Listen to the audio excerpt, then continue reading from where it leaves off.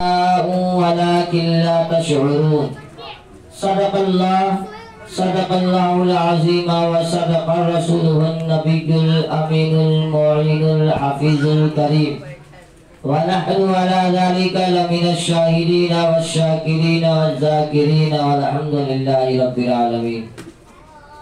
آئیے سب سے پہلے امت خضرا کے جانب لو لگا کر عشق و مستی میں جھوم جھوم کر اپنی ارسالی کائنات کے مرکز عقیدت حضور رحمت للعالمین شفیع المذنبین طٰہٰ و یاسین سراج الاولین والآخرین رسول گرامی وقار محبوب پروردگار آمینہ کے لال جناب احمد مصطفیٰ محمد مصطفیٰ صلی اللہ علیہ وسلم کی بارگاہ میں عقیدت و محبت کے ساتھ ایک مرتبہ درود شریف پڑھ لیں۔ اللہم صلی علی سیدنا مولانا محمد بارک وسلم صلاۃ و سلام علیک یا رسول اللہ یا حبیب اللہ صلی اللہ علیہ وسلم۔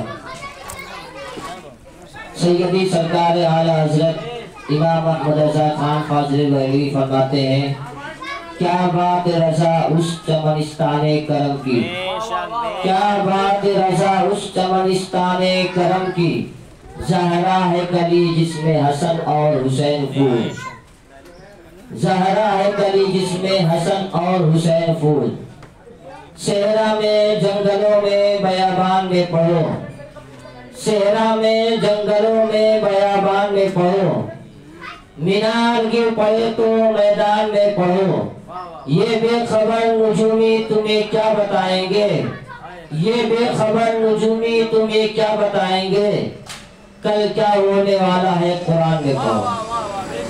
حضرات اللہ تبارک و تعالیٰ قرآن مقدس میں ارشاد فرماتا ہے، جو اللہ کی راہ میں شہید کر دیے گئے، جو اللہ کی راہ میں قتل کر دیے گئے، ان کو مردہ مت کہو، وہ زندہ ہے اور اپنے رب کی طرف سے وہ رزق بھی پاتے ہیں۔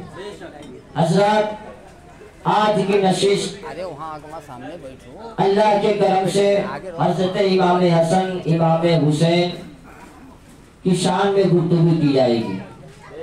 حضرات امام حسن امام حسین کی شان کیا ہے، آپ اس سے اندازہ لگا سکتے ہیں کہ امام حسن امام حسین کے نانا وہ ہے جو نبیوں کے سردار ہے، امام الانبیاء ہے۔ امام حسن امام حسین کی شان یہ ہے کہ ان کی ماں فاطمہ الزہرا جنتی عورتوں کی سردار ہے۔ اسی طریقے سے حضرت امام حسن امام حسین کی شان یہ ہے کہ وہ ان کے بیٹے ہیں جو فاتح خیبر ہے، یعنی علی مولا علی شیر خدا۔ اور امام حسین کی خود کی شان یہ ہے کہ اللہ کے حبیب صلی اللہ علیہ وسلم خود ارشاد فرماتے ہیں، حسن اور حسین جنتی نوجوانوں کے سردار ہیں۔ آج اسی پہ انشاءاللہ گفتگو کی جائے گی کہ حسین و حسن کی شان کیا ہے۔ میرے مولا حسین کی شان یہ ہے کہ اگر نبی کریم صلی اللہ علیہ وسلم جمعہ کے دن خطبہ دے رہے ہو اور حضرت امام حسین آ رہے ہو تو مولا کریم میرے آقا کریم صلی اللہ علیہ وسلم خطبے کو چھوڑ کر امام حسین کو اٹھا کر لے کر منبر نور پر آ کر پھر خطبہ شروع کرتے ہیں۔ یہ ہے مولا حسین کی شان۔ مولا حسین کی شان یہ ہے کہ وہ اپنے کندھے پر بیٹھا کر ان کی سواری کروا دیتے۔ ایک صحابی کہتے حضور امام حسن امام حسین کتنے خوش نصیب ہے اور اپنے مقدر پہ قربان جائے کہ امام الانبیاء جیسے سواری پہ آپ دونوں سوار کر رہے ہیں۔ میرے آقا مسکراتے اور ارشاد فرماتے ہیں، صحابی تم تو یہ دیکھ رہے ہو کہ امام الانبیاء جیسا سواری ہے، تم یہ بھی تو دیکھو سید الشہداء سردار سوار ہے، یعنی سواری امام الانبیاء ہے اور سوار اس پہ جو ہے وہ سید الشہداء شہیدوں کے سردار ہے۔ ذرا سوچو، یہ ہے امام حسن حسین کی شان۔ حضرت امام حسین کی شان یہ ہے کہ اگر نبی کریم صلی اللہ علیہ وسلم اگر سجدے میں ہو اور سجدے کی حالت میں اگر میرے آقا حسین نبی کے پشت پر جا کر بیٹھ جائے، یعنی نبی کے پیٹھ پر جا کر بیٹھ جائے تو نبی سجدے کو طویل کر دیتے ہیں، سجدے کو لمبا کر دیتے ہیں۔ کیوں؟ اس لیے کہ امام حسین گرے نہ، اگر میں سجدے سے سر کو اٹھاؤں تو پھر مولا حسین گریں گے تو تکلیف ہوگی۔ ذرا سوچو کہ مولا حسین کے لیے میرے نبی نے سجدے کو طویل کر دیا، سجدے کو لمبا کر دیا۔ کیوں؟ اس لیے کہ سجدے کو طویل کر دوں گا چلے گا، لیکن امام حسین نہیں گرنا چاہیے۔ اب ذرا اپنے دل کے ہاتھ رکھ کر سوچے کہ امام حسین کو نبی اپنے پشت سے نیچے نہیں گرنے دے رہے ہیں، لیکن ذرا سوچو جب کربلا کے میدان میں جب میرے حسین جب اپنے گھوڑے سے زمین پر آئے ہوں گے اور ظالم جب انہیں قتل کیے ہوں گے، شہید کیے ہوں گے، تو اس وقت میرے آقا مولا مصطفیٰ کریم پر کیا گزری ہوگی؟ ذرا سوچئے۔ وہ ہے امام حسن حسین۔ انشاءاللہ امام حسن حسین کی ہی شان میں گفتگو ہوگی۔ امام حسین کی وہ شان ہے کہ میرے آقا ارشاد فرماتے ہیں کہ میں حسین سے ہوں، حسین مجھ سے ہے۔ ذرا سوچو، حضرت امام حسن مولا حسین سے 7 مہینے بڑے ہیں اور امام حسین 7 مہینے چھوٹے ہیں۔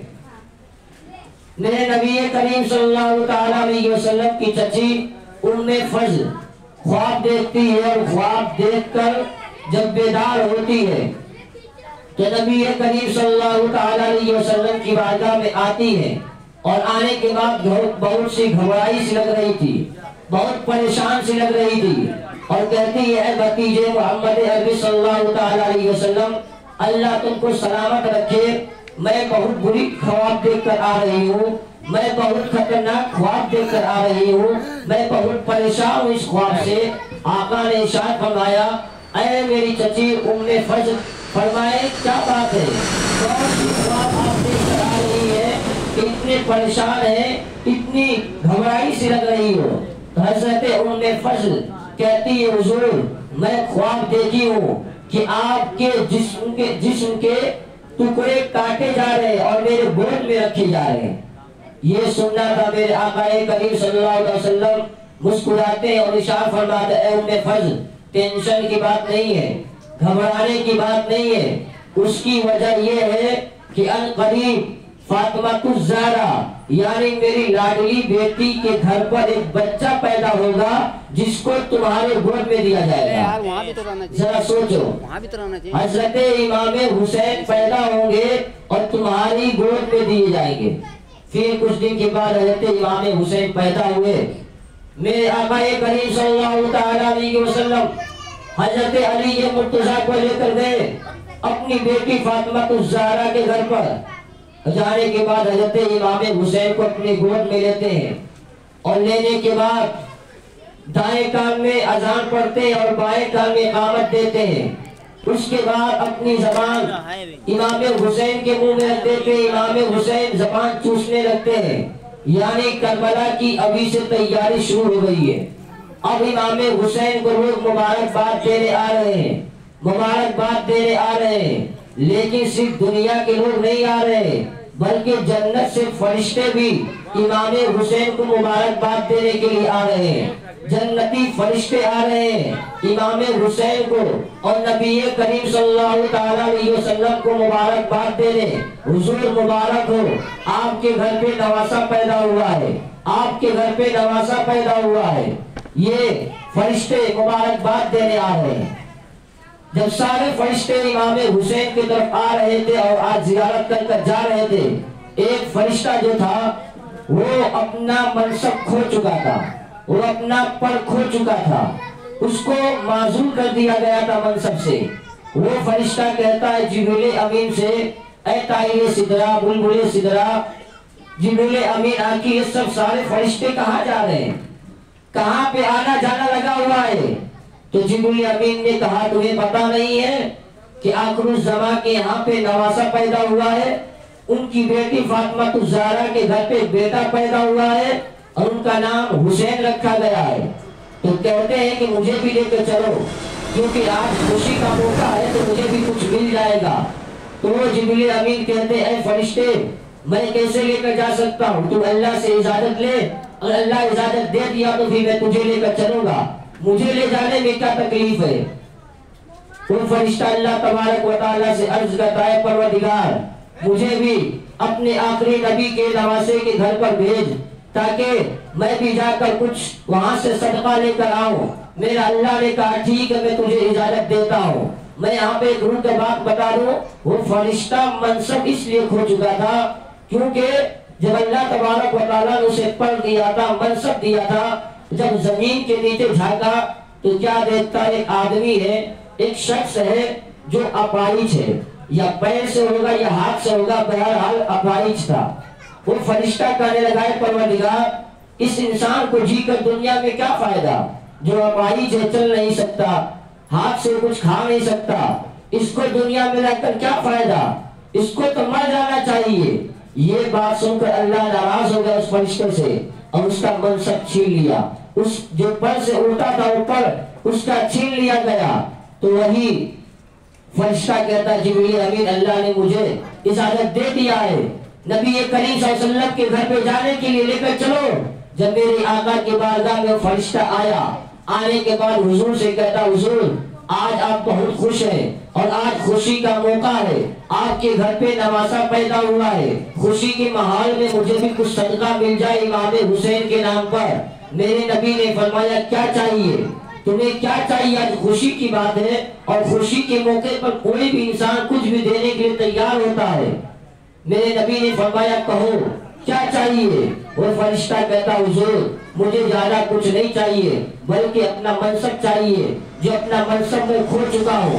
میرے آقا کریم صلی اللہ علیہ وسلم نے ارشاد فرمایا اے فرشتے جا میرے حسین کپڑے میں لپٹے ہوئے ہیں، جا ان سے اپنا جسم مس کر دے اور تجھے پر مل جائے گا، تجھے وہ منصب مل جائے گا۔ جیسے ہی مس کیا میرے نبی نے دعا کیا اے پروردگار اسے منصب سے 7 درجہ بلند کر کے اور منصب دے دے۔ تو ذرا سوچو کہ امام حسین ابھی نماز کوئی نہیں پڑھے، ظاہری طور پر نماز روزہ نہیں ظاہری طور پہ رکھے، لیکن پیدا ہوتے ہی اپنا صدقہ اپنا خیرات لوگوں میں بانٹتے ہوئے نظر آ رہے ہیں۔ یہ حضرت امام حسین۔ پھر امام حسین کو حضرت محمد صلی اللہ تعالیٰ علیہ وسلم ان کے گلا چومتے ہیں، کبھی ان کے پیشانی کو چومتے ہیں۔ جبریل امین نے کہا حضور آپ پیشانی کو چوم رہے ہیں ٹھیک ہے، لیکن آپ گلے کو چوم رہے ہیں جس گلے کو نبی کریم صلی اللہ علیہ وسلم سے جبریل امین کہتے حضور آپ جس گلے کو چوم رہے ہیں اسی گلے پر آپ کی امت حسین پر خنجر چلائے گی۔ ذرا سوچ اس وقت میں نبی پر کیا گزری ہوگی، پیدا ہوئے ہیں ابھی، اور جبریل امین اسی وقت کربلا کے زمین کی مٹی لے کر آتے ہیں اور کہتے حضور یہ مٹی جب خون بن جائے گی تو سمجھ جائیے گا کہ آپ کا بیٹا حسین آپ کا نواسا حسین شہید کر دیا گیا۔ یعنی امام حسین پیدا ہوئے اسی وقت ان کو پوری بشارت دے دیا گیا کہ تمہیں کربلا میں شہید ہونا ہے، کربلا کی مٹی بھی محمد کریم صلی اللہ علیہ وسلم کی بارگاہ میں آتا ہے۔ اسی طریقے سے آپ دیکھیے میرے آقا دو جہاں صلی اللہ علیہ وسلم گود میں ایک طرف اپنے بیٹے ابراہیم کو رکھے ہوئے ہیں، ایک گود کی طرف حضرت امام حسین کو رکھے ہوئے ہیں۔ کبھی اپنے بیٹے ابراہیم کو دیکھتے ہیں، کبھی اپنے نواسے حسین کو دیکھتے ہیں، کبھی اپنے بیٹے ابراہیم کو دیکھتے ہیں، کبھی حسین اپنے نواسے کو دیکھتے ہیں۔ اسی طرح دیکھتے دیکھتے پیار محبت سے دیکھ رہے ہیں میرے آقا دو جہاں، تب تک کے طائر سدرہ بلبل سدرہ جبریل امین آ گئے اور آنے کے بعد عرض کرتے حضور آپ یہ دونوں بچوں سے بہت محبت کرتے ہیں؟ میرے آقا نے ارشاد فرمایا ہاں جبریل میں یہ دونوں بچوں سے بہت پیار کرتا ہوں، بہت محبت کرتا ہوں۔ میرے جبریل امین نے کہا حضور پھر آپ کی بارگاہ میں صرف ایک ہی بچہ رہ سکتا ہے، ایک اللہ کی بارگاہ میں جانا ہے اور ایک کو اپنی بارگاہ میں رکھنا ہے۔ اب آپ فیصلہ کریں کہ کس کو رکھیں گے، یا ابراہیم کو رکھیں گے یا اپنے نواسے حسین کو رکھیں گے۔ میرے آقا دو جہاں کبھی حضرت ابراہیم کو دیکھتے، کبھی حضرت امام حسین کو دیکھتے، پھر یہ فیصلہ کرتے کہ میں اگر ابراہیم کو دیتا ہوں کہ مجھے ہی صرف تکلیف ہوگی، لیکن اگر میں امام حسین کو دے دیتا ہوں اللہ کی راہ میں تو پھر مجھے بھی تکلیف ہوگی، فاطمہ الزہرا کو بھی تکلیف ہوگی، مولا علی شیر خدا کو بھی تکلیف ہوگی، گویا کہ اہل بیت کو بھی تکلیف ہوگی۔ میرے نبی نے ارشاد فرمایا اے جبریل امین مجھے حسین پسند ہے، مجھے حسین کو رکھنا ہے اور میرے بیٹے ابراہیم کو لے جاؤ۔ ذرا سوچو، میرے نبی نے یہ ارشاد فرمایا اے جبرائیل اگر میں اپنے بیٹے کو رکھتا ہوں تو اس سے میرا خاندان چلے گا، اور میں اگر اپنے نواسے کو رکھتا ہوں تو اس سے پورا دین اسلام چلے گا، اس سے پورا دین اسلام چلے گا۔ حضرت امام حسین کو میرے نبی نے اپنی اولاد دے کر ان کی جان بچائی ہے۔ ذرا سوچو کہ جو انسان اپنے اولاد کی قربانی دیتا ہے اس کے دل سے پوچھو کیا میرے نبی کو تکلیف نہیں ہوگی؟ ہوئی تھی، لیکن کیا کرے خدا کو کچھ اور مرضی تھی۔ پھر کیا ہوا؟ 3 دن کے بعد ان کے بیٹے حضرت ابراہیم اس دنیا کو چھوڑ کر چلے گئے۔ امام حسین کو اللہ تبارک و تعالیٰ نے پیارے محبوب کے گود میں رکھ دیا۔ پھر اسی طریقے سے سلسلہ چلتا رہا۔ ایک مرتبہ میرے آقا دو جہاں صلی اللہ تعالیٰ علیہ وسلم مسجد نبوی میں تشریف فرما تھے۔ امام حسین بچپنا کا عالم ہے، بچوں کے ساتھ کھیل رہے ہیں، میرے نبی نے آواز دی، حضرت امام حسین نے توجہ نہ دی، سنے نہیں، کھیلنے میں لگ گئے۔ میرے نبی ارشاد فرماتے ہیں اے صحابی جاؤ امام حسین کو پکڑ کر لے کر آؤ، انہیں بلا کر لے کر آؤ۔ جب امام حسین کو نبی کی بارگاہ میں بلایا گیا، نبی کی بارگاہ میں جب آئے، امام حسین کیا دیکھتے ہیں کہ میرے نانا کی آنکھوں میں آنسو ہے، میرے نانا کی آنکھوں میں آنسو ہے، میرے نانا رو رہے ہیں۔ حضرت امام حسین عرض کرتے ہیں یا رسول اللہ اے میرے نانا آخر آپ کو کس چیز نے رلا دیا؟ آخر آپ آج کیوں پریشان ہیں؟ آپ کی آنکھوں میں آنسو کیوں ہے؟ تو میرے نبی نے ارشاد فرمایا اے حسین میرے نواسے، اے حسین میرے بیٹے، میں اس بات پہ رو رہا ہوں، میں نے جب تجھے پہلی مرتبہ آواز دیا تو تم نے سنا نہیں، توجہ نہیں دیا اور کھیلنے میں لگ گئے، لیکن میں اس بات پہ سوچ کے رو رہا ہوں کاش آج میرا بیٹا ابراہیم ہوتا، میں اسے بلاتا، وہ دوڑ کر آتا، میری گود میں بیٹھ جاتا، میں کتنا خوش ہوتا۔ ذرا سوچ اے امام حسین تجھے میں نے بچایا ہے تو اپنی اولاد دے کر بچایا ہے۔ امام حسین اتنا سنتے ہیں، قدم مصطفیٰ کے کو چومتے ہیں اور چوم کر عرض کرتے ہیں یا رسول اللہ آپ نے حسین کو ایک بیٹا دے کر بچایا ہے، لیکن انشاءاللہ ایک وقت ایسا آئے گا کہ امام حسین پورا خاندان اٹھا کر آپ کا دین اسلام بچائے گا۔ نعرہ تکبیر، نعرہ رسالت، ذکر شہدائے کربلا، نعرہ تکبیر، نعرہ رسالت۔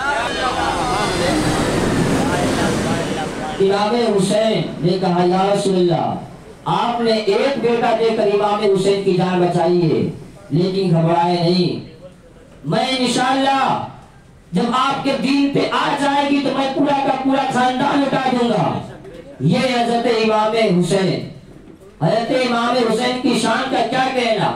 امام حسن امام حسین کا بچپنا ہے، حضرت فاطمہ الزہرا تشریف فرما ہے، حضرت مولا علی شیر خدا تشریف فرما ہے، تب تک کہ میرے آقا دو جہاں صلی اللہ تعالیٰ علیہ وسلم بھی تشریف فرما ہو گئے۔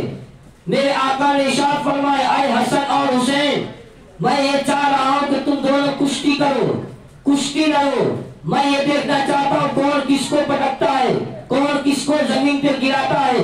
حضرت امام حسن کو امام حسین کو نبی نے تیار کر لیا، اس منظر کو حضرت فاطمہ الزہرا بھی دیکھ رہی ہے، اس منظر کو مولا علی شیر خدا بھی دیکھ رہے ہیں، اور کروانے والا کون ہے کشتی؟ نبیوں کے سردار امام الانبیاء ہے۔ جب دونوں کشتی لڑنے لگے میرے نبی نے ارشاد فرمایا اے حسن میرے بیٹے امام حسین کو یہاں سے پکڑو، اے میرے بیٹے حسن امام حسین کو ایسے گراؤ، اے میرے بیٹے حسن امام حسین کو یہاں سے پکڑو، یہاں سے گراؤ۔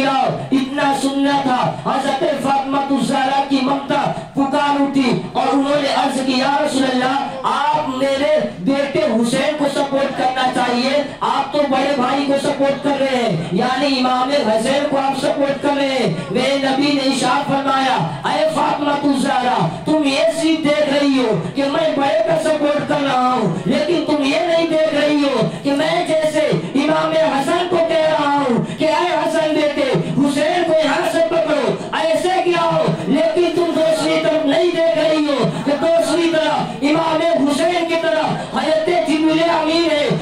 جبریل امین کہہ رہے ہیں اے حسین حسن کو یہاں سے پکڑو ایسے گراؤ. تو ذرا سوچو جس کے کشتی میں امام الانبیاء شامل ہو, جس کے کشتی میں سید الملائکہ جبریل امین شامل ہو, اس کشتی کا کیا کہنا؟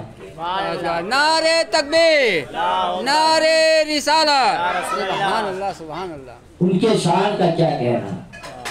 نبیوں کے سردار ہیں ایک طرف فرشتوں کے سردار ہیں. ایسے ہی امام حسین کا شان اتنا بڑا نہیں ہے, اتنا بڑا مقام ایسے ہی فائز نہیں ہے. وہ اگر اشارہ کر دے تو جنت سے جوڑے آ جاتے ہیں. وہ اشارہ کر دے تو جنت سے فرشتے انہیں ہوا ڈولانے کے لیے آ جاتے ہیں. وہ اگر اشارہ کر دے تو جنت سے کھانے آ جاتے ہیں. وہ اگر اشارہ کر دے تو جنت سے جھولا جھولانے کے لیے فرشتے آ جاتے ہیں. سب کچھ جنت سے. اگر وہ کربلا حکم دے دیتے تو جنت سے اتنے فرشتے آ جاتے کہ کافر ایک بھی بچ کر نہیں جاتے. لیکن مولا حسین کا اس دن امتحان تھا, صبر تھا, اس لیے انہوں نے کسی کا مدد نہیں لیا بلکہ صبر حسین کر کے دکھایا. حضرات امام حسین کا شان یہ ہے. اسی طریقے سے آپ دیکھیے بچپنا ہے امام حسن امام حسین ایک تختی پر تحریر لکھتے ہیں. لکھنے کے بعد بڑا بھائی چھوٹے بھائی سے کہتا ہے دیکھو میرا اچھا ہے. چھوٹا بھائی کہتا ہے بڑے سے میرا اچھا ہے. امام حسین حسن سے کہہ رہے ہیں, حسن حسین سے کہہ رہے ہیں. یہ کہتے اچھا چلو ٹھیک ہے, اپنی امی فاطمہ الزہرا کی بارگاہ میں چلتے ہیں. وہ کیا فیصلہ کرتی ہے, وہ کس کو اچھا کہتی ہے, ذرا چلتے ہیں. سب آ گئے اپنی والدہ کی بارگاہ میں, فاطمہ الزہرا کی بارگاہ میں, اور کہتے ہیں امی جان یہ ہم دونوں تختی لکھے ہوئے, تختی پہ تحریر لکھے ہوئے, تو ذرا بتائیے نا کس کی تحریر اچھی ہے. اب حضرت فاطمہ الزہرا جب دیکھی تحریر کو تو وہ کہتی ہے کہ دیکھو بیٹے میں اس کا فیصلہ نہیں کر سکتی, اور اس لیے نہیں کر سکتی کیونکہ فاطمہ الزہرا یہ جانتی تھی اگر میں امام حسین کی تحریر کو کہہ دوں کہ اچھا ہے تو پھر امام حسین ناراض ہو جائیں گے, اور اگر امام حسین کی تحریر کو کہہ دوں اچھی ہے تو پھر امام حسن ناراض ہو جائیں گے. اس لیے دونوں ناراض نہ ہو, اس لیے فاطمہ الزہرا کہتی ہے اے بیٹو میں نہیں اس کا فیصلہ کروں گی بلکہ اپنے بابا کے پاس جاؤ. اب سب حضرت علی کرم اللہ وجہہ الکریم کی بارگاہ میں آ گئے. بابا یہ دیکھیے نا ہم نے تختی پہ تحریر لکھی ہے, بتائیے کیسی ہے. حضرت علی مولا علی شیر خدا کی شان یہ ہے کہ عدل و انصاف کے پیکر تھے, بھاری سے بھاری سوالوں کو چٹکیوں میں حل کر دیتے تھے. وہ مولا علی شیر خدا کی بارگاہ میں جب وہ تختی آیا گیا تحریر دیکھتے ہیں, دیکھ کر فیصلہ نہیں کر پاتے. وہ بھی یہی سوچنے لگتے ہیں اگر میں کہوں امام حسین کا تحریر اچھی ہے تو حسن بیٹا میرا ناراض ہو جائے گا, اگر کہوں کہ حسن بیٹا کا تحریر اچھی ہے تو میرا حسین بیٹا ناراض ہو جائے گا. انہوں نے بھی کہا اے بیٹو دیکھو میں فیصلہ نہیں کر سکتا, اس لیے جاؤ اپنے مصطفیٰ کریم کی بارگاہ میں, جاؤ اپنی نانا کی بارگاہ میں. سب نانا کی بارگاہ میں پہنچ گئے. نانا بتائیے نا تحریر کیسی ہے, تختی پہ جو تحریر لکھی گئی ہے کیسی ہے. یہ میں نے لکھا ہے. امام حسن کہتے یہ میں نے لکھا ہے. حضور بتائیے نا کیسی ہے. حضور بھی یہی سوچنے لگتے ہیں آخر میں کیسے فیصلہ کروں, ایک کا کروں تو ایک ناراض ہوگا,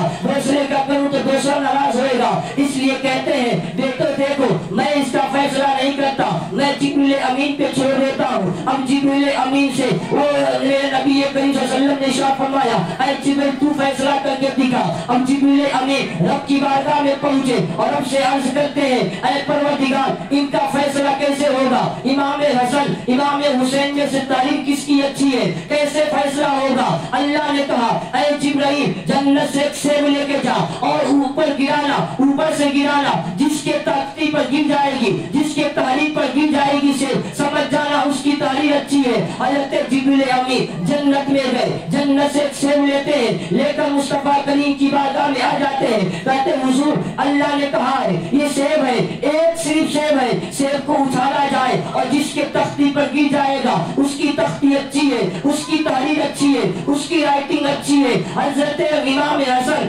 امام حسین یہ سب منظر دیکھتے ہیں. میرے نبی کریم صلی اللہ علیہ وسلم نے ارشاد فرمایا اے جبرائیل پھر دیری کس بات کی ہے, پھر سیب کو اچھالو اور تختی پر گراؤ. تختی رکھ دیا گیا دونوں کا سائڈ میں, اور رکھنے کے بعد میرے جبرائیل امین نے اس سیب کو آسمان میں اڑاتے ہیں, اور جب وہ سیب گر والا ہوتا ہے، وہ جب سیب گرنے والا ہوتا ہے تو اللہ کو یہ گوارا نہیں کہ سیب ایک پر گر جائے اور کوئی ایک ناراض ہو جائے۔ ذرا سوچو کہ اللہ بھی چاہتا ہے کہ دونوں خوش ہو جائے۔ جیسے ہی سیب گرنے والا ہوتا ہے، جو ایک سیب تھا اللہ نے حکم دیا ایسے دو ٹکڑے میں ہو جا اور دونوں کے تختی پر گر جا۔ نعرہ تکبیر، نعرہ رسالت، ذکر شہدائے کربلا، نعرہ تکبیر، نعرہ رسالت۔ دونوں کے تختی پر گر گیا، یعنی اللہ بھی امام حسن امام حسین کو ناراض نہیں دیکھنا چاہتا۔ جب اللہ نہیں دیکھنا چاہتا پھر ہمیں ابھی آپ کو بھی چاہیے کہ امام حسین کو ناراض نہ کرے، ایسی کوئی کام نہ کرے جس سے میرا مولا حسن اور مولا حسین ناراض ہو۔ اس لیے محفل میں آئے تو ادب و احترام سے آئے، کیونکہ یہ اہل بیت کے گھرانوں کا محفل ہے، اس کا بھرپور خیال رکھیں۔ تو حضرات یہ ہے ان کی شان جس کا فیصلہ اللہ کرتا ہے، یہ ہے ان کی شان۔ بچپنے کی تو بہت سارا واقعات ہے، کیونکہ وقت میں اتنی گنجائش نہیں ہے، انشاءاللہ سب بتاتے چلوں گا۔ اب اسی طریقے سے آپ دیکھیے امام حسین اور حسن دھیرے دھیرے جوانی کے دہلیز پہ قدم رکھتے ہیں، رکھنے کے بعد جب جوان ہوتے ہیں، جوانی کے دہلیز پہ قدم رکھتے ہیں، ان کے دروازے میں ایک فقیر آ گیا، ایک فقیر آ گیا اور کہتا ہے اہل بیت کے گھرانے والوں مجھے کچھ اللہ کے نام پہ دے دو، مجھے کچھ اللہ کے نام پہ دے دو۔ امام حسن اور حسین اندر گئے، اندر جانے کے بعد کچھ دیر ہی لگاتے ہیں، فقیر کہتا اے اہل بیت کے گھرانوں جلدی تو مجھے کہیں جانا ہے، جلدی تو مجھے کہیں جانا ہے، بار بار رٹ لگا رہا ہے، اے اہل بیت کے گھرانے والوں جلدی تو مجھے کہیں جانا ہے۔ امام حسن باہر نکلے، 30,000 کی درہم لے کر آئے، اس فقیر کے جھولے میں ڈال دیے۔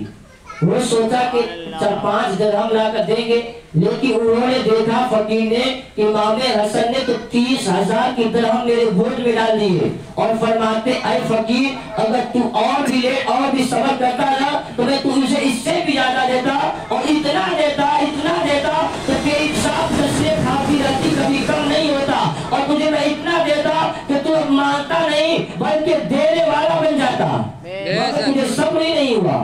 آتا ہے فقیروں پہ انہیں پیار کچھ ایسا، آتا ہے فقیروں پہ انہیں پیار کچھ ایسا، خود بھیک دے اور خود کہے مانگتے کا بھلا ہو، خود بھیک دے اور خود کہے مانگتے کا بھلا ہو۔ اسی طریقے سے آپ دیکھ کے حضرت فاطمہ الزہرا ایک جگہ تشریف فرمائے، ایک عورت آئی اور کہتی ہے اے نبی کی لاڈلی بیٹی فاطمہ الزہرا ہمارے پاس 40 اونٹ ہے، بتائیے اس میں سے کتنا اللہ کے راہ میں دوں۔ حضرت فاطمہ الزہرا نے ارشاد فرمایا اس میں سے ایک دے دو، اس میں سے ایک دے دو اللہ کی راہ میں۔ پھر وہ خاتون کہتی ہے حضور اے فاطمہ الزہرا اگر آپ کے پاس 40 اونٹ ہوتا تو آپ کتنے قربانی دیتی، اللہ کی راہ میں آپ کتنا قربان کرتی؟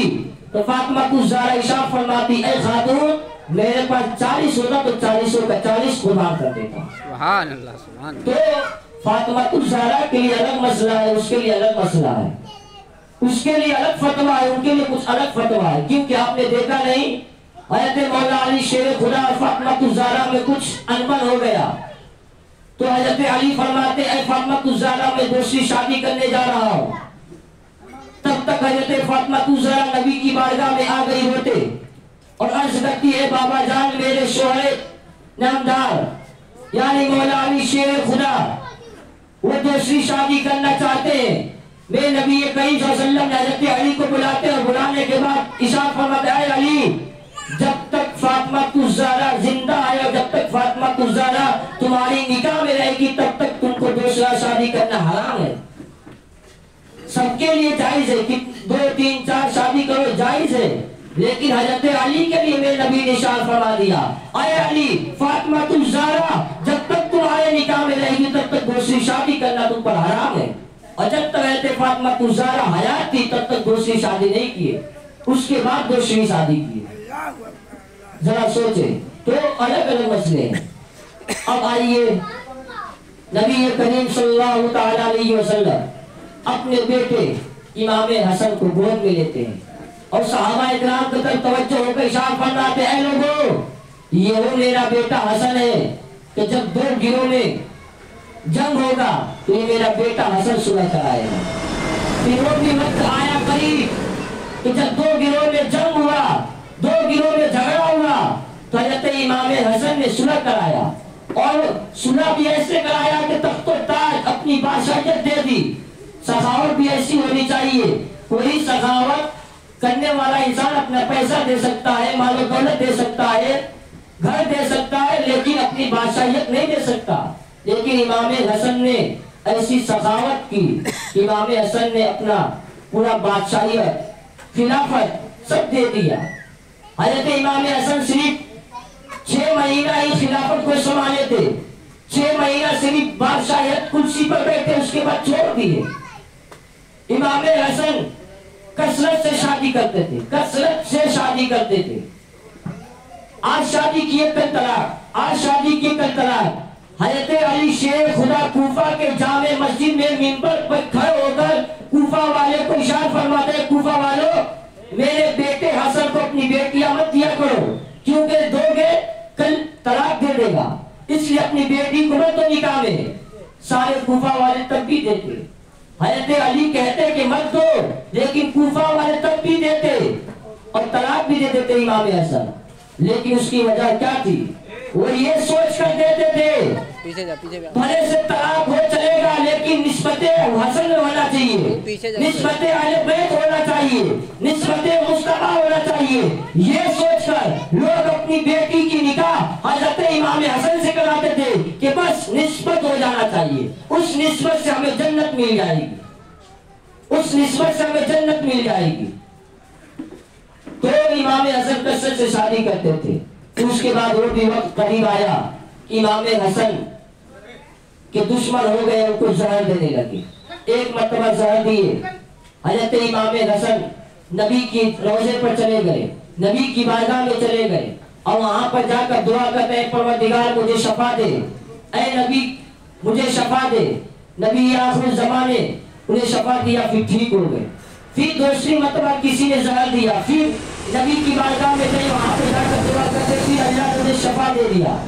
پھر تیسری مرتبہ میں ہیرا پیس کر، ہیرا کا پاؤڈر بنا کر زہر بنا، اس میں بنا کر شربت میں ڈال دیا گیا۔ اب جیسے ہی حضرت امام حسن پیتے ہیں زہر پورا تیزی کے ساتھ پھیل جاتا ہے، اب ان کے منہ سے خون نکلنے لگتا ہے۔ حضرت امام حسن اپنے بھائی امام حسین کو بلاتے ہیں، اے حسین بھائی آ جاؤ۔ حضرت امام حسین قریب آئے اور عرض کرتے اے بھائی امام حسن آپ کو کس نے زہر دیا؟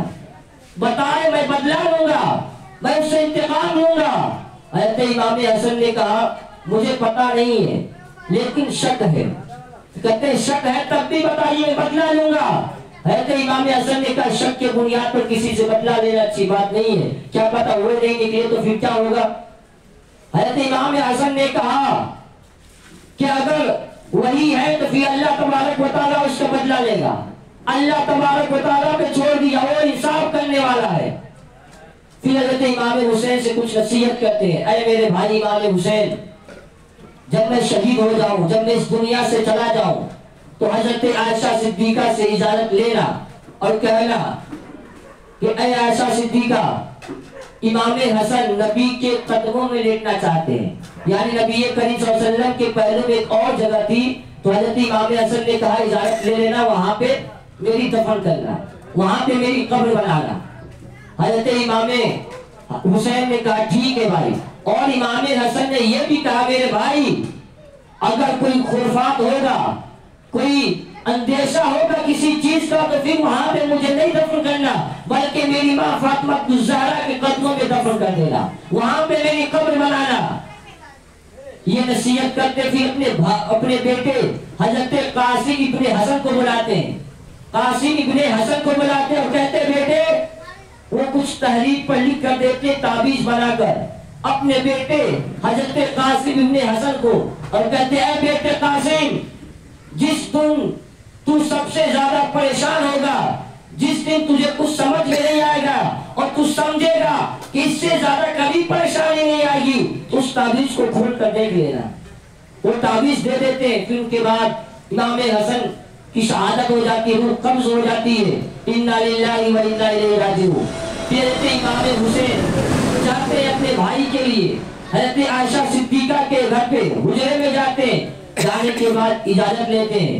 امام حسن نے کہی ہے کہ نبی کے قدموں میں مجھے دفن کر دینا، وہیں پہ لٹانا۔ حضرت عائشہ صدیقہ فرماتی ہے کہ ٹھیک ہے، میں اجازت دے دیتی ہوں۔ اب اجازت مل گیا، لیکن ایک ظالم گورنر تھا اس وقت مدینے کا، اس نے کہا کہ نہیں، ہم امام حسن کو وہاں پہ نہیں دفن ہونے دیں گے، وہاں پہ نہیں لیٹنے دیں گے۔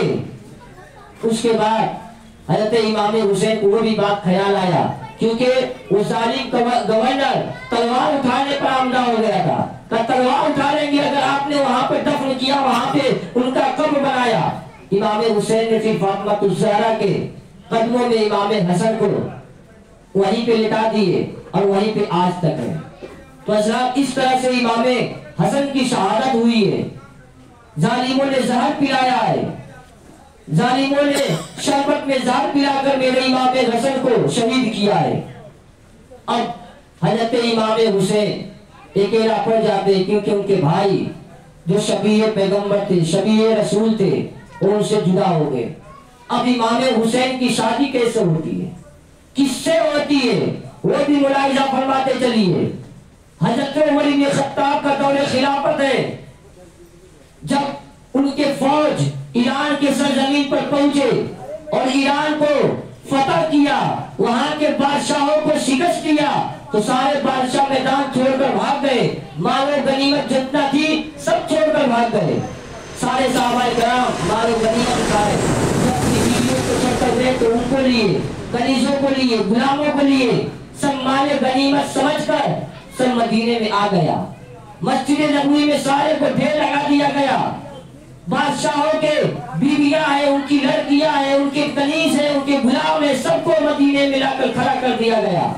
اس میں سے ایک خاتون تھی، خوبصورت تھی، باحیا تھی، وہ کچھ بڑبڑا رہی تھی، کچھ بول رہی تھی، لیکن ایرانی بھاشے میں بول رہی تھی۔ حضرت عمر بن خطاب ایرانی بولی نہیں سمجھ پا رہے تھے کہ کیا بول رہی ہے۔ تب تک ایک صحابی کو اشارہ فرماتا ہے، صحابی جو ایران کے صحابی ہوں گے وہ میرے قریب آ جائے اور اس خاتون کی بات سنے کوئی کیا کہہ رہی ہے۔ ایک صحابی ایرانی تھے، وہ آ گئے، جب کان لگا کر سنتے ہیں تو آ کر کہتے حضور یہ لڑکی جو ہے اپنے دادا اور اپنے بابا کو کوس رہی ہے اور یہ کہہ رہی ہے کہ اگر تمہارے ہمت نہیں تھی مسلمانوں سے جنگ کرنے کا تو پھر جنگ کیوں کیا، مسلمانوں سے ہمت نہیں تھی تو پھر جنگ کیوں کیا، ہم کو آج یہاں پر لوگوں کے سامنے کھڑا رسوا ہونا پڑ رہا ہے۔ جب اتنا دیکھتے عمر بن خطاب، اس کے جلال اور اس کی باحیا، اس کی خوبصورتی، تو امام حضرت امیر مومنین حضرت عمر بن خطاب صحابہ سے کہتے ہیں ایسی خاتون تو میں نے دیکھا ہی نہیں۔ تو صحابہ کہتے ہیں کہ پھر خیال کیا ہے، پھر اپنی آپ اس سے نکاح کر لیجئے، آپ اس کو اپنی بیوی بنا لیجئے۔ عمر بن خطاب نے کہا بادشاہ کی بیٹی ہے تو بادشاہ کی بہو بھی بنے گی، بادشاہ کی بیٹی ہے تو بادشاہ کی بہو بنے گی، اور بادشاہ ہمارے کون ہے، مصطفیٰ جان رحمت ہے، شمع بزم ہدایت ہے، وہ بادشاہ ہے، اور ان کے گھر کے امام حسن ہے، امام حسین ہے، ان سے نکاح کیا جائے گا، ان کے گھر کے بہو بنے گی، اور بنے گی تو ناز کرے گی کہ مجھے قید کر کے لایا بھی گیا اور شادی بھی کس سے کیا گیا، اس شخص سے جس کا نانا سید الانبیاء ہے، جن کے گھر میں جبرائیل بھی بغیر اجازت کے نہیں آتے، وہ بھی فخر محسوس کرے گی۔ پھر شادی ہو گیا، یا رسول اللہ، پھر شادی ہو گیا۔ اسی خاتون کا نام شہر بانو، اسی شہر بانو سے حضرت علی اکبر پیدا ہوئے، اسی شہر بانو سے حضرت زین العابدین پیدا ہوئے، اسی شہر بانو سے حضرت علی اصغر پیدا ہوئے۔ اور مولا حسین نے اپنے 3 بیٹے تھے، ان کے تینوں کا نام علی رکھا۔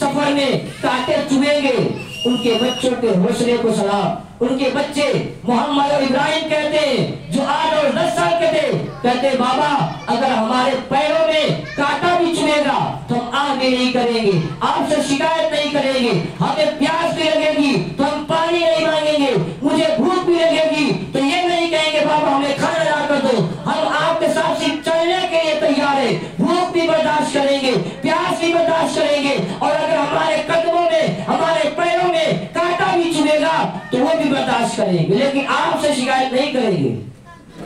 اتنا سننا تھا۔ حضرت مسلم بن عقیل کہتے ٹھیک ہے چلے گئے۔ جب گئے کوفہ میں پہنچے، کوفہ کے لوگوں نے زوردار استقبال کیا، اپنے پلکے بچھا دیے۔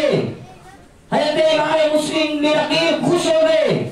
پہلے ہی دن 17 یا 18 ہزار کوفہ والوں نے حضرت مسلم بن عقیل پر بیعت کر لیا۔ پہلے ہی دن، دوسرے تیسرے دن جاتے جاتے 40,000 لوگوں نے امام مسلم بن عقیل پر بیعت کر لیے۔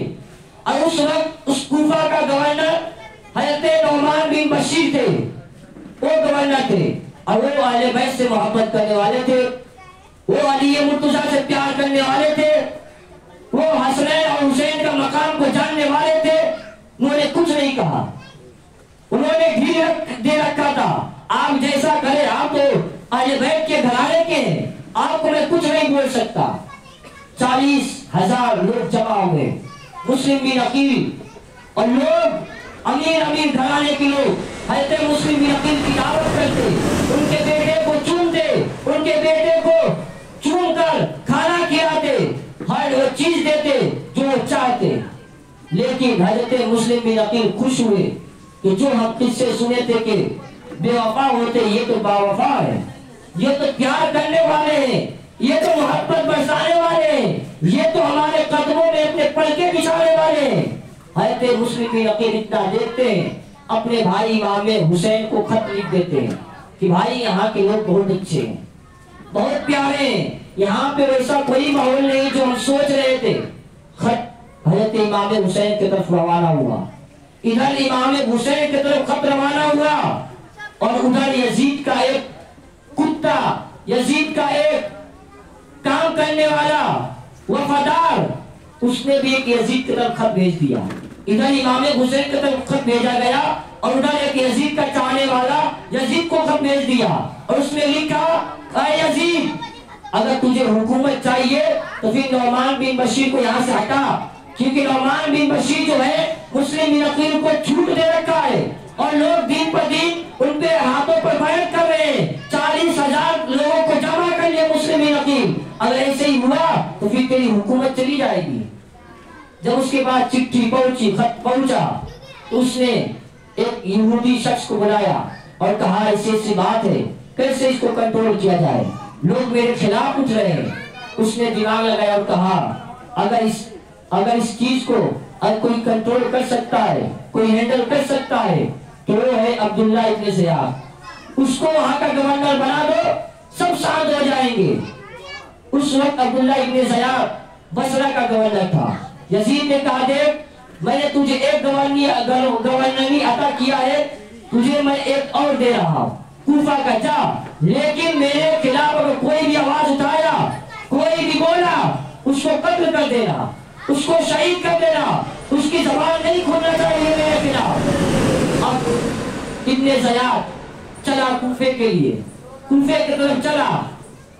اب جیسے ہی کوفہ آنے والا تھا، اس نے کیا کیا، جو مکے سے راستہ آ رہا تھا ادھر سے ہو گیا، اور حجازی لباس پہن لیا، یعنی جو عربی لوگ لباس پہنتے ہیں اس لباس کو پہن لیا، تاکہ وہ لوگ یہ سمجھے کوفہ والے کہ امام حسین آ رہے ہیں۔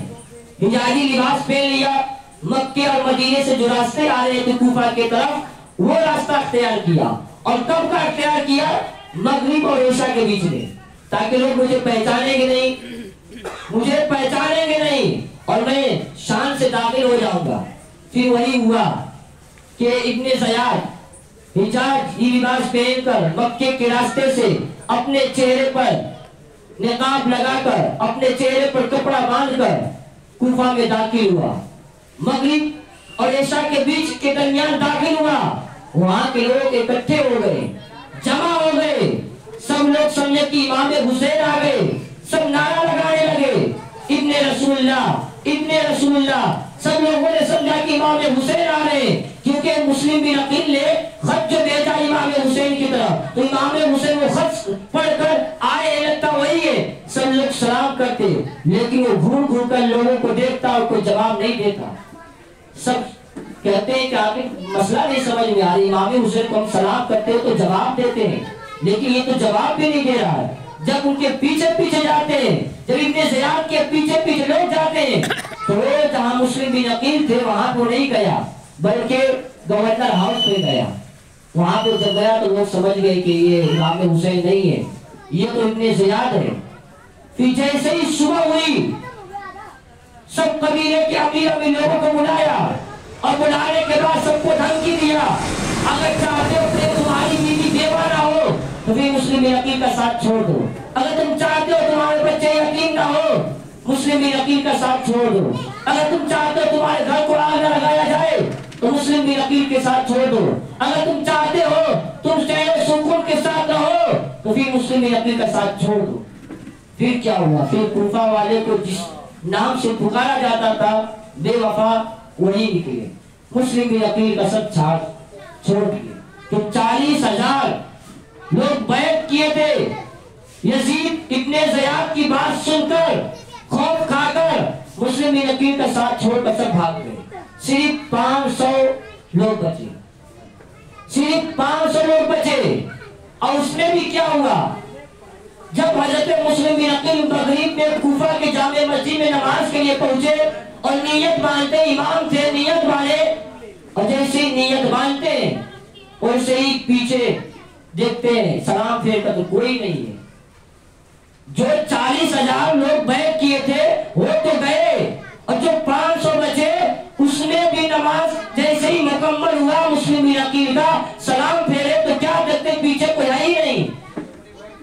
پھر وہ افسوس کرنے لگے، یہ نہیں افسوس کرنے لگے کہ میری جان جائے گی، یہ افسوس کرنے لگے سوچ کر کہ میں اپنے بھائی امام حسین کو خط لکھ کر بھیج چکا ہوں، اب وہ آئیں گے تو یہاں کا ماحول خراب دیکھیں گے، پھر ان کے دل پہ کیا گزرے گی، یہ سوچ کر رونے لگے۔ پھر ایک صحابی آئے، اہل بیت سے محبت کرنے والے، وہ اپنے گھر میں لے کے گئے، اپنے گھر میں ان کو کھانا کھلاتے، پانی پلاتے، ہر وہ چیز دیتے۔ پھر وہ بھی وقت آیا کہ ان کے گھر کو لوگوں نے گھیر لیا، 300 ابن زیاد کے لشکر نے ان کے گھر کو گھیر لیا، اور گھر کو گھیرنے کے بعد وہ باہر آتے ہیں، تلوار اپنی باہر نکال لیتے ہیں، نکالنے کے بعد جنگ ہوتی ہے، ادھر سے بھی لوگ زخمی ہوتے، مسلم بن عقیل بھی کچھ زخمی ہوئے، پھر دونوں طرف سے لوگ تھک گئے، تو پھر ابن زیاد کے لوگوں نے کہا ہم آپ کو امان دیتے ہیں، ہم آپ کو امان دیتے ہیں، آپ ابن زیاد کے دربار میں چلیں، جو بھی ہوگا فیصلہ وہیں پہ ہوگا۔ پھر کیا ہوا؟ ابن زیاد کے وہاں پہ جانے کے تیار ہو گئے، کیونکہ امان دے رکھے تھے سب یزیدیوں نے۔ حضرت امام مسلم بن عقیل اپنے تلوار کو میان میں رکھ لیتے ہیں اور گھوڑے پہ سوار ہو جاتے ہیں، پھر پیچھے سے یزیدی کتا آتا ہے، ان مسلم بن عقیل کے پیچھے سے تلوار نکال لیتا ہے۔ اب مسلم بن عقیل سمجھ گئے کہ اب کیا ہوگا، اب تو اللہ ہی جانے۔ پھر مسلم بن عقیل اس کے دربار میں جب پہنچے، ابن زیاد کے دربار میں پہنچے، ابن زیاد کہتا اب آپ شہید ہونے کے لیے تیار رہیے، آپ کو قتل کیا جائے گا۔ حضرت مسلم بن عقیل کہتے ابن زیاد سے، اے ابن زیاد مجھے شہید کر دے، قتل کر دے، اس کا فکر نہیں ہے، لیکن میری 3 شرطیں مان لے۔ ابن زیاد نے کہا کیا؟ کہا یہ سب سے پہلی شرط یہ ہے کہ امام حسین کو میں نے خط لکھ کر بھیجا ہے کہ آپ آ جائے کوفہ کا ماحول ٹھیک ہے تو تم کہہ دو کہ وہ نہ آئے۔ اس نے کہا یہ قبول نہیں ہے شرط۔ پھر دوسری شرط کہتے ہیں امام مسلم بن عقیل کے میرے 2 ننھے بچے ہیں، ایک کا نام محمد، ایک کا نام ابراہیم ہے، انہیں صحیح سلامت مدینہ المنورہ پہنچا دیا جائے۔ اس نے کہا یہ بھی شرط منظور نہیں ہے۔ تیسری شرط کہتے ہیں کہ میں نے کسی کا قرض لے رکھا ہے، اس کو ادا کر دو۔ اس نے کہا یہ ٹھیک ہے، یہ ہم ماننے کے تیار ہیں۔ پھر مسلم بن عقیل کو ان کافروں نے، ان یزیدیوں نے، ابن زیاد نے گورنر ہاؤس کے اوپر، مینار کے اوپر لے کر گئے، اور اس کے بعد مسلم بن عقیل کو وہاں سے نیچے گرا دیے، اور حضرت مسلم بن عقیل وہیں پہ گرنے کے بعد شہید ہو گئے۔ انا للہ و انا الیہ راجعون۔ پھر یزیدی کتے نے حضرت مسلم بن عقیل کو چوراہے پہ ٹانگ دیا اور لوگوں سے کہا اے لوگوں عبرت دیکھ لو، اگر کوئی بھی یزید کے خلاف جائے گا تو اس کا بھی حال یہی ہوگا، اس کا بھی حال یہی ہوگا۔ پھر اس نے اعلان کر دیا کہ محمد اور ابراہیم کہاں ہے، مسلم بن عقیل کے 2 بچے وہ کہاں ہیں، جو بھی انہیں لے کر آئے گا میری دربار میں اس کو منہ مانگا انعام دیا جائے گا، منہ مانگا انعام دیا جائے گا۔ اس وقت وہ 2 بچے حضرت قاضی شورے کے گھر پہ تھے۔ یہ قاضی شورے حضرت علی کے شاگرد تھے، حضرت علی کے ہاں پر تعلیم حاصل کیے تھے۔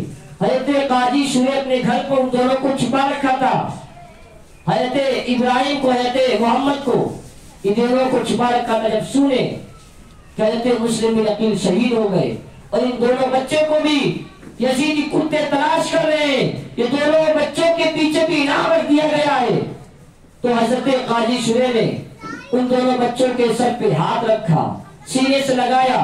وہ دونوں بچے کہتے ہیں بابا کیا ہمارے بابا اس دنیا سے چلے گئے، کیا ہمارے بابا کو شہید لوگوں نے کر دیا؟